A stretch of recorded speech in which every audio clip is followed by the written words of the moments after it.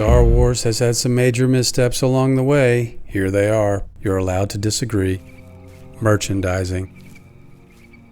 Back in the early 1970s, 20th Century Fox offered George Lucas $500,000 to direct Star Wars, aka A New Hope. Lucas counteroffered. He'd receive only $150,000 for directing if he could own the rights to Star Wars sequels and the rights to all Star Wars merchandising. 20th Century Fox agreed, then Star Wars was a big hit and went on to make $100 million from toy sales. So, from the beginning, Lucas had an eye for merchandising. As of today, it's estimated that the Star Wars franchise has generated over $42 billion in merchandise sales. This is 4 times greater than its box office sales of $10 billion. Star Wars A New Hope had some campiness, especially that cantina scene. But the next movie in the trilogy, The Empire Strikes Back, had less camp. It's the darkest of all the Star Wars films, the least campy, and yet it often tops lists as the best Star Wars film. However, if your goal is merchandising, you're going to increase the campiness, not minimize it. By the third movie, Return of the Jedi, the campiness was spilling over. The Ewoks and creatures in Jabba's palace were silly and juvenile. But I'm sure those characters made for great toys and merchandising sales.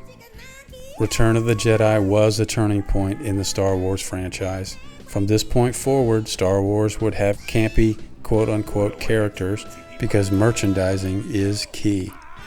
Such characters would litter the next 2 Star Wars trilogies.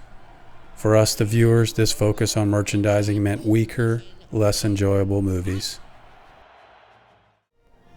CGI overload. With the original trilogy, the crew developed new ways to achieve analog special effects using miniatures, blue screens, and fill paintings. And Lucas insisted on having everything look used. Also, the sets were real. Except for one wireframe image of the Death Star, nothing in the original trilogy was digital. All this added up to a very real and genuine look. So what happened with the prequel trilogy? Lucas went in the opposite direction. After Return of the Jedi, the world of computer graphics flourished. Lucas's visual effects company, ILM, led the way in CGI. They developed new techniques for films like Terminator 2 and Jurassic Park. By the start of the prequel trilogy, some 16 years later, ILM's CGI technology was very advanced. So, with new CGI technology available and more to innovate, Lucas decided to make the prequel trilogy mostly CGI. Almost everything is digital. Only the human actors look real. Things don't look used, they look clean, shiny, and new. Even though it predates the original trilogy, the prequel trilogy looks much more modern. One-man show. On the original trilogy, George Lucas had a lot of help. His editing crew saved A New Hope, The Empire Strikes Back had a different director and new screenwriters, and Return of the Jedi also had a team in place. But the problem was, Lucas vetoed many of their ideas. Ideas such as Han Solo dying in the movie, which would have hurt the sales of Han Solo dolls, and Endor being a Wookiee planet rather than an Ewok planet.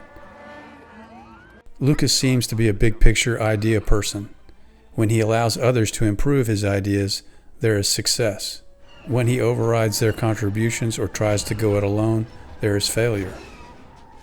Which brings us to the prequel trilogy. What happened? Except for one co-writer on Attack of the Clones, Lucas was the sole writer and director of the 3 prequel movies.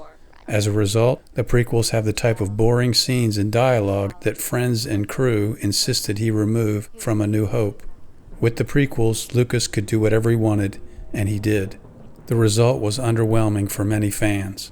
Consensus was the prequels were too long, had too much CGI, had cringeworthy dialogue and characters, and just weren't as good as the original trilogy. Bottom line, if Lucas had had a team and some editorial input on the prequels, the films would have been much better. Story dissonance. There is a consistent feel among the original trilogy and then among the prequel trilogy. This probably happened because with each of the first 6 films, there was one basic story framework written by George Lucas. Then, in 2012, Lucas sold Lucasfilm to Disney. At that time, he gave them his film treatments for the sequel trilogy. However, Disney decided to go in a different direction and quote-unquote make something for the fans. They told writer and director J.J. Abrams to discard Lucas's story ideas. With Lucas's basic framework missing, what would happen with the sequel trilogy? The sequel trilogy ended up having 2 directors and a total of 5 writers. 2 directors and 5 writers doesn't automatically mean problems.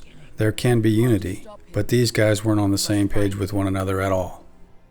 At the end of The Force Awakens, Rey approaches Luke with lightsaber in hand, and they look at each other with deep anguish. In contrast, at the start of The Last Jedi, Luke looks angry and Rey looks confused. And the director of Star Wars 8 decided to make the scene a comic one. Luke tosses the lightsaber over his shoulder. I said to Ryan, I'm so surprised how you see Luke. Maybe Luke tossing the lightsaber was the director's way of letting us know that he himself was tossing out anything from Star Wars 7 he didn't like and was going to do things his own way. In Star Wars 7, Snoke was scary, large, and looming. In Star Wars 8, sort of scary but not as much. By Star Wars 9, The Rise of Skywalker, we had Snoke in a jar. No doubt Snoke's backstory was supposed to be fleshed out in The Last Jedi, but that didn't happen, and Snoke died. So what do you do for Star Wars 9? Just show him in a jar. Done. If it seems like these guys were just making things up as they went along, it's because they were. They had no mature, unified vision from the outset for this trilogy. They were shooting from the hip and missing, and no doubt egos were involved. The writers of Star Wars 7 insinuated that Rey's family was important. That lightsaber was Luke's and his father's before him, and now it calls to you. They probably assumed, as with Snoke, that the next film would flesh this out.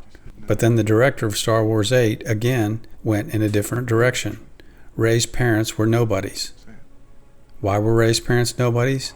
Because the director of The Last Jedi wanted to convey that people can be someone important, a Jedi, regardless of their family.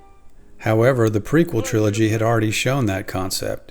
The prequel trilogy had plenty of Jedi characters whose parents we know nothing about. In any case, after Star Wars 8's treatment of Rey's parentage, the question became what to do in Star Wars 9. Like Snoke in a jar, the writers whipped up an idea. Let's resurrect Palpatine and make Rey his granddaughter. Rey's parents don't have to be somebody special, but come on guys, you could have given us some consistency. And it wasn't just that the films disagreed with one another, the films also didn't make sense individually. The Force Awakens had a few things that didn't make sense. The Last Jedi had more things that didn't make sense. With the Rise of Skywalker, I'm not sure if anything in the movie makes sense. The sequel trilogy turned out to be the jumbled mess, nothing makes sense hodgepodge trilogy. Can you imagine if it had been mature and unified in story? And no stupid jokes, no silly characters, script writing that wasn't mere audience pandering, Ray Skywalker. and script writing that wasn't shooting from the hip? How cool would that have been? Oh well. No. It's not true. That's impossible! Search your feelings. You know it to be true.